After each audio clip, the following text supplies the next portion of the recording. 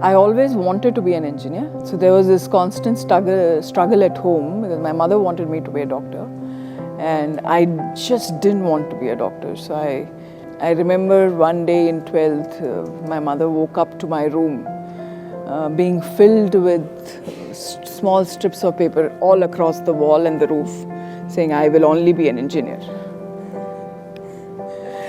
As a child, having come from a family with a lot of bankers, I guess banking comes quite naturally in the family. So it's just been the journey and maybe that's how my career just propelled me towards banking as well. Basically, I'm a civil engineer. Technology can be applied to any field, right? So when it comes to the civil engineering, more from the designing perspectives, we can still use the technology. I haven't married both of it together yet. I think even as a child, my love was always for math.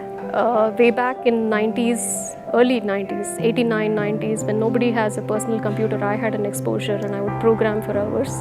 So I think I was born to do this and I have no doubt.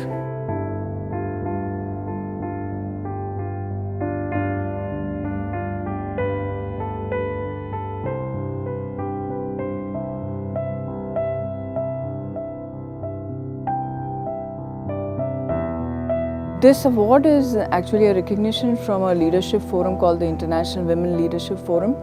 I got the award for Innovator in Banking and Financial Services. So the award is for the governance, as an innovator in the governance field. And it is about not one particular patent or an innovation, but it signified the culmination of the kind of work I've done over the last decade.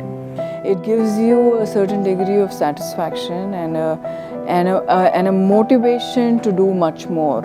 If you look at the award today, it's for me a step in this journey which motivates me to just go ahead in wanting to contribute to different solutions today at the banking side.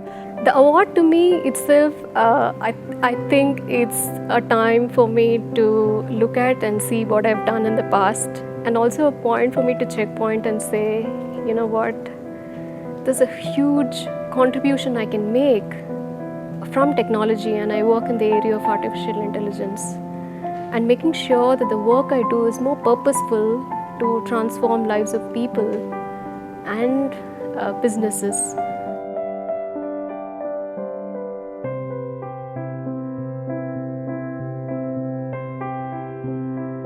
Gender and technology is a very interesting combination. Women in technology are far and few. There are several constraints why women would really face a challenge, not only with respect to technology, in any industry for that matter. So I think women have to first acknowledge that it's not the brains, it's about the culture. Second is, technology means you need to put in enormous hard work. It's not a career wherein you can just go. You have to reskill and update yourself, and that's something which I would tell women to do. That men evaluate their careers more logically and from a long-term perspective.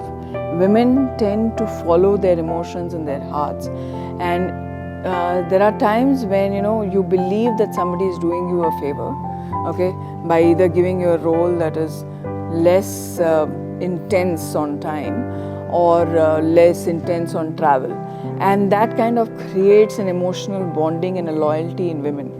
I do believe we should stop thinking about it from that perspective. Roles are important and they are needed.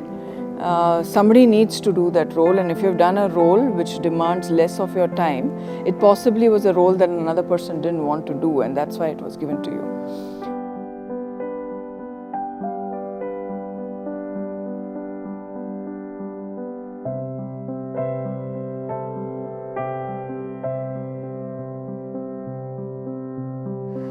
Be bold, be vocal, and be expressive. Don't shy away in giving your viewpoint. Be sure about yourself, advocate your vision and your thoughts, know your strengths because that's what will propel your career ahead. Networking is one of the key aspects for the women in general in any industry, and that is one of the aspects we tend to ignore upon. There's family, and you start juggling and you forget and you move inwards. You really stop collaborating with people outside, and the world becomes just you, your work, your kids. Now it's very important that you have to consciously get out of that and make sure you're not boxed or become a silo. When I attend meetings, which are organized within Infosys, the Women in Management meetings, what I find lacking is role models for the young women managers to come up. I see a lot of passion, I see a lot of drive, but I see also a lot of fear. And if I am able to inspire even 2 more women to break out and inspire to be leaders, I would be very happy.